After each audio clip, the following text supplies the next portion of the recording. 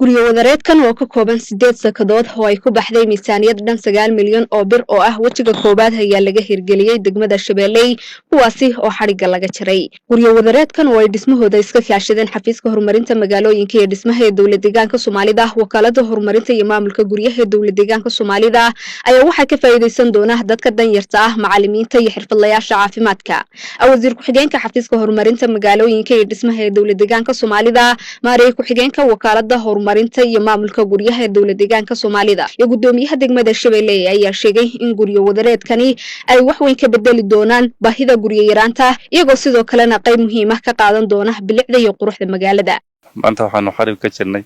guriyada low cost-ga ee laga dhisay degmada Shabeelley si ujeedadii looga lahaa iyo shaqadii loogu talagalay inay qabtaan u bilaabaan iyo dadkii loogu talagalay inay ka faa'iideystaan guryahan oo guryaha qiimaha jaban oo dhammaan laga dhisay 11 gobol caasimadooda faafan markii la yimaadana degmooyinka u dhow caasimadda ee Qarbeex iyo Shabeelley iyo Wajaale laga dhisay maanta waxaanu xarib ka jirnay kuwa Shabeelley guryahan marka waxaa loogu talagalay dadka xirfadlayaasha danyarta ah ee haysanin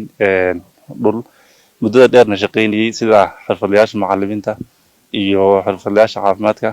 dadka noocaas oo kale ee bulshada u shaqeynaya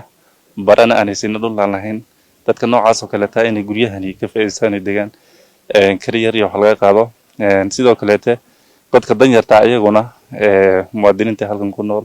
in laftirkooda laga faa'iideeyo oo aan kari karin inay guryo dhistaan maadaama deegaanku magaalooyinka markii la yiraahdo aad u kordhayso waxa iyadana si laba ku jibaarmi ama xaddi sare ku kacaya baahida guri bulshadu ay u qabto marka taasi wax looga qabto ayaa ahayd ujeedka loo bilaabay guryahani inay qayb ka dhinto baahida guri ee jirta guryahan runtii xukuumaddu way xoog saartay maadaama bulshadeenu baahida ugu badan markii cunto laga yimaado uu yahay gurina nolosha asaasiga ay ka mid tahay si dadku u helaan halkan degan ayaa waxaa ku baxday miisaaniyad dhan 9 milyan oo runtii maanta aad arkaysaan guryahan tayadooda iyo bilicda ka muuqata magaaladana koriin fiican ku soo kordhinaya taas bay ujeedada ugu muhiimsan maanta isku niman runtii saaka waxaan aad ugu faraxsanahay inaan xarig ka jarno guriyo loo dhisay dadka danyarta iyo shaqaalaha caafimaadka iyo shaqaalaha waxbarashada guryahan oo dhan 8 ba hadda dhamaaday oo fayskii koobada 12 bay hayeen blog marka aad baan ugu faraxsanahay si fiican baan u soo dhaweynaa xafiiska guriyeynta iyo xafiiska hawlaha guudba oo gacanta ku hayo dhisayba labadaba aad baan ugu mahadcelinaynaa waana wax la oran karo shacabka korna soo qaado danyarta ee meesha degan aad baan ugu faraxsanahay aad baan u soo dhaweynaa shacabkuna way bogaadinayaan xukuumadana waan ugu mahadcelinaynaa waxaan ka codsanaa in la sii xoojiyo oo la sii wado si ay mataqaana magaalanimada uga hirgasho degmada Shabeelley